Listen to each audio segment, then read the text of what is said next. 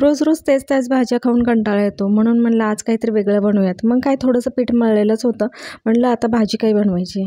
तर घरामध्ये पनीर शिल्लक होतं, म्हणलं याचा पटकन असा पराठा बनवूयात. हे बघितलं ना किती मस्त असा पराठा झाला आहे. पनीरसुद्धा आतमध्ये सगळीकडे असं व्यवस्थित स्प्रेड झालेलं आहे. खूपच छान हा पराठा झाला आहे आणि हा खूप वेळ मऊसूत राहतो. आता हे माझ्याकडचं घरामध्ये उरलेलं थोडंसं पनीर आहे, बहुतेक हे 200 ग्रॅम असेल. तर आता पनीर आपल्याला थोडंसं असं मॅश करून घ्यायचं आहे, म्हणजे ह्याला मिक्सरमधून पण ग्राइंड करायचं नाही. हे पनीर आपल्याला बारीक मॅश करून घ्यायचं आहे. तुम्ही त्या हाताने सुद्धा कुस्करून घेऊ शकता, म्हणजे जेव्हा आपण त्याचा पराठा करू तेव्हा ते पराठा फुटणार नाही आणि पनीर बाहेर येणार नाही. यासाठी आपल्याला असं व्यवस्थित बारीक करून घ्यायचं आहे. पनीरमध्ये खूप सारं प्रोटीन असतं, कॅल्शियम असतं, त्याच्यामुळे पनीर तर आवर्जून खाल्लं पाहिजे. लहान मुलांनासुद्धा पनीरच्या वेगवेगळ्या अशा रेसिपीज करून दिल्या पाहिजेत. असे पराठे बनवून तुम्ही मुलांनाही खायला देऊ शकता. ह्याच्यामध्ये तुम्हाला ज्या भाज्या आवडतात, म्हणजे मुलांना ज्या भाज्या आवडत नाहीत त्या तुम्ही ह्याच्यामध्ये टाकू शकता आणि मुलांना असे पराठे करून देऊ शकता. तर आता इथे मी बारीक चिरलेला कांदा घेतलेला आहे अर्धी वाटी, एक 3-4 हिरव्या मिरच्या बारीक चिरून घेतलेल्या आहेत आणि ह्याच्यामध्ये भरपूर सारी कोथिंबीर टाकायची आहे. आवडीप्रमाणे तुम्ही ह्याच्यात बाकीच्या भाज्यासुद्धा वापरू शकता.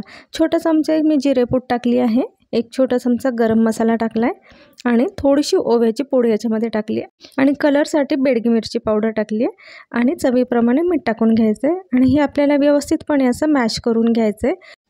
हाताने बारीक असं कुस्करून घेतलं तरीसुद्धा चालू शकतं, कारण थोडे थोडे पनीरचे तुकडे याच्यामध्ये राहतात आणि तिखट मीठ व्यवस्थित मिक्स होण्यासाठी हे हातानेच कुस्करणं योग्य राहील. तुम्ही इथे कोणत्याही पालेभाज्या वापरू शकता, म्हणजे मेथी, पालक असं बारीक चिरूनसुद्धा याच्यामध्ये वापरू शकता किंवा कांद्याची पातसुद्धा याच्यामध्ये खूप छान लागते. तसं करून बघा तुम्ही. आता हे सगळं व्यवस्थित आता मिक्स करून झालेलं आहे. आता आपण नेहमीचं मी आता चपातीचं पीठ मळून ठेवलेलं आहे. तर आता या पिठाचा आपल्याला छोटासा गोळा घ्यायचा आहे आणि तो आपल्याला असं पिठामध्ये घोळून घ्यायचा आहे आणि थोडासा असं खोलगट करून घ्यायचा आहे.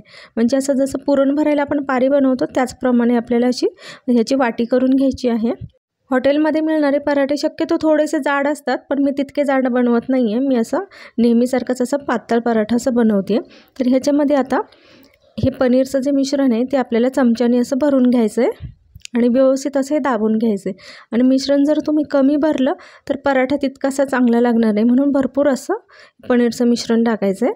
आता पनीरचं मिश्रण थोडंसं हाताला चिकटतं म्हणून मी ते कोरडं पीठ वापरलं आहे. आता आपल्याला हे असं व्यवस्थित असं पॅक करून घ्यायचं आहे आणि व्यवस्थितच पॅक करा, नाही तर आपला पराठा हा लाटताना लगेच फाटेल किंवा भाजतानासुद्धा लगेच फाटेल. म्हणून छानपैकी असं पॅक करायचं आहे, जसं आपण पुरणपोळीचं करतो सेम तसंच. आता वरतून आपल्याला थोडंसं कोरडं पीठ वापरायचं आहे आणि एकदम हलक्या हाताने आता हा पराठा लाटून घ्यायचा आहे. जास्त प्रेस करायचा नाही अजिबात, नाहीतर पराठा आपला फुटेल, पनीरचं सर्व मिश्रण बाहेर येईल. त्यामुळे हलक्या हातानेच आपल्याला हे लाटून घ्यायचं आहे. आता तोपर्यंत एका साईडला मी तवासुद्धा गरम करायला ठेवलेला आहे आणि आता पटापट आपले हे आता पराठे लाटून होत आहेत. आणि पराठा व्यवस्थित लाटता यावा म्हणून कणिकसुद्धा तितकी चांगली मळणं महत्त्वाचं आहे. कणिक जर खूप कडक मळली गेली असेल तर पराठा असा छानपैकी लाटताच येत नाही, पराठा लगेच फुटतो. त्यामुळे पराठा करण्याआधी कणिक चांगली मळून घ्यायची. आता मी मधोमध सगळीकडे लाटून झाले. आता ह्या कॉर्नर ज्या आहेत, कडा ज्या आहेत त्यासुद्धा आता मी ते व्यवस्थित लाटून घेते, असं पातळ करून घेते, कारण कडा जास्त जाड ठेवायच्याच नाहीत. आता तवा छान गरम झाला आहे. आता याच्यावरती मी पराठा टाकला आहे. साईडने आपल्याला पाहिजे तर तेल किंवा तुपाचा इथे वापर करू शकता. थोडंसं तेल तूप याच्यावरती सोडायचं आहे. वरतून थोडंसं मी लावलेलं आहे आणि पराठा छान मीडियम फ्लेमवरती आपल्याला भाजून घ्यायचं आहे. जास्त फुल गॅस करू नका, नाहीतर तूप लगेच करपेल, आतून कच्चा राहील. आता खालची बाजू छान शेकल्यावरतीच आपल्याला पराठा पलटून घ्यायचा आहे. हे बघा एकदम मस्त असा हा पराठा शेकला गेलेला आहे, जास्त कुठूच असं फुटलेलं नाही आहे. आणि त्यासाठीच आपल्याला पनीर कांद्याचं जे मिश्रण आहे ते एकदम बारीक करून घ्यायचं होतं, नाहीतर ते जाड असतं तर पराठा लगेच फुटला असता. आता आपण वरतून अजून थोडंसं तेल लावूयात, दोन्ही बाजूनी छानपैकी शेकून घेऊयात. एकदम मस्त अगदी काही मिनटातच आपला पराठा तयार झालेला आहे. म्हणजे भाजीचंही टेन्शन मिटलं आणि मस्त पोटभरीचं असं जेवणसुद्धा आपलं झालं आहे. आता या गरमागरम पराठ्यावरती मस्तपैकी तुपाची धार टाकायची. आहा, किती मस्त दिसते. मग तुम्ही दह्यासोबत खाऊ शकता किंवा लोणच्यासोबतसुद्धा खाऊ शकता. तर इथे तुम्ही बघू शकता खूपच मऊसूत असा पराठा झालेला आहे. म्हणजे हा दिवसभर असाच मऊसूत पराठा राहतो, कडक अजिबात होत नाही. तर हा गरम असल्यामुळे हा थोडासा कडक आहे, मी जास्त वेळ याला भाजलेला आहे, पण तो नंतर असाच मऊ पडतो.